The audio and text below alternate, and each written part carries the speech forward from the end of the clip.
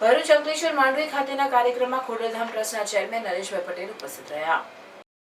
Shri Khodaldham trust કાગવડના સ્વપ્નદ્રષ્ટા સમગ્ર વિશ્વમાં વસતા લેઉવા પાટીદાર સમાજને એક તાંતણે બાંધવાનું સ્વપ્ન સાકાર કરનાર ચેરમેન નરેશભાઈ પટેલ દક્ષિણ ગુજરાતના પ્રવાસે હતા, જેમાં તેઓએ માંડવી ખાતે પાટીદાર સમાજના આગેવાનો સાથે બેઠક કરી, જેમાં માંડવી, વાંકલ, બારડોલી, વ્યારા, તાપી વિસ્તારમાં વસતા લેઉવા પાટીદાર સમાજના આગેવાનો, અધિકારીઓ ઉપસ્થિત રહ્યા હતા. ઉપરાંત વિસ્તારના સરકારી અધિકારીઓ ઉપસ્થિત રહ્યા.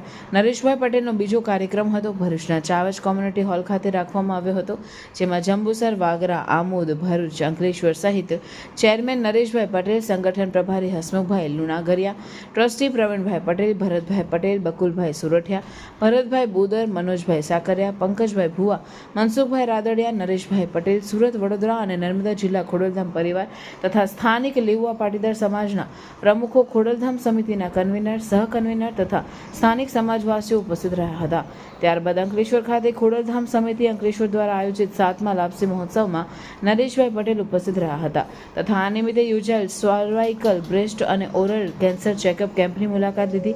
ત્યારબાદ ઉપસ્થિત લોકોને સંબોધી રાજકોટ નજીકના અમરેલી ખાતે આકાર પામનાર આધુનિક કેન્સર હોસ્પિટલની જાણકારી આપી હતી. ઉપસ્થિત તમામ ગુણના શ્રેષ્ઠીઓએ જણાવ્યું હતું કે ખોડલધામ ટ્રસ્ટના ભક્તિ દ્વારા એકતાની શક્તિના સૂત્રને સાર્થક કરવા તમામ ગુણ સાથે રહીને સમાજ માટે કામ કરતા રહીશું. આ કાર્યક્રમમાં ખોડલધામ ટ્રસ્ટ કાગવડના ટ્રસ્ટીઓ પણ ઉપસ્થિત રહ્યા હતા.